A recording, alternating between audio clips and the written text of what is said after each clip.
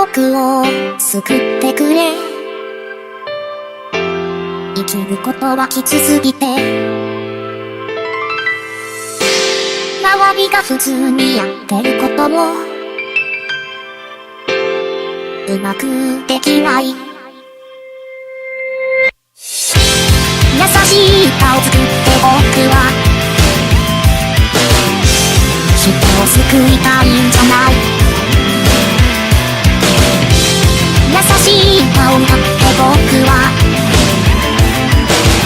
自分が救われたいんだけ。でもいつの日からか僕が僕のために作った歌はみんなの心の中でなった。僕だけのものじゃなくなってなった。生かしてくれてありがとう。これを張って叫ぼう。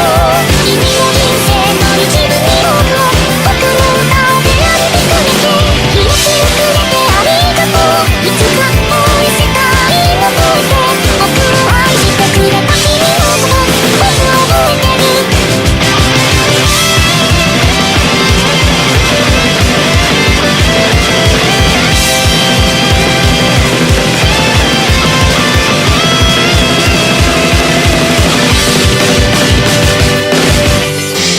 誰かの声が聞こえた。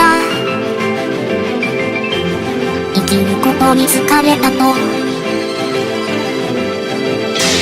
誰かの声を聞いて僕は不甲斐なくて泣いた。でもいつの日か信じて僕はもっともっと歌を作ってみんなの心